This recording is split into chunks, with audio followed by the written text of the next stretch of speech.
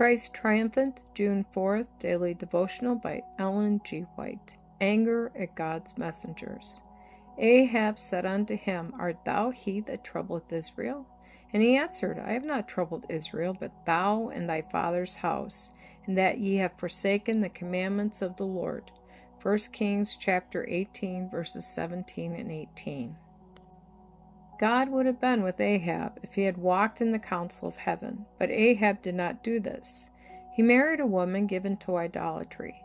Jezebel had more power over the king than God had. She led him into idolatry, and with him the people. God sent Elijah to Israel with messages of warning, but neither king nor people would heed his words. They looked upon him as a messenger of evil. At last God sent a drought upon the land.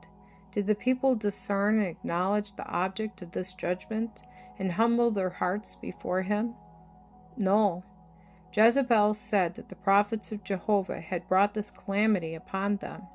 She said that all Israel was suffering because of their reproofs, and that there would be no rest or prosperity in the land until these prophets were put to death. Thus a feeling of anger was aroused against the men whom God had sent to entreat the people to repent of their wickedness.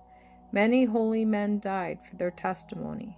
Elijah was preserved by a miracle of divine power, to proclaim before the king and queen the warnings and threatenings of God.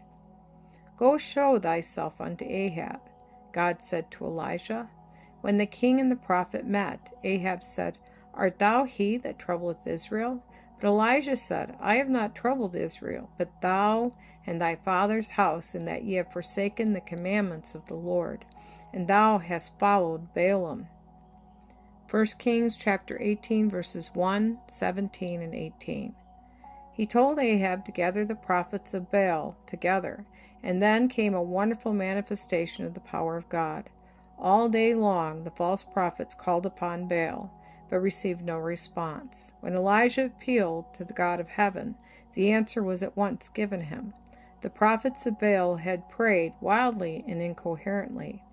Elijah prayed simply and fervently, asking God to show his superiority over Baal, that Israel might be led to turn to him.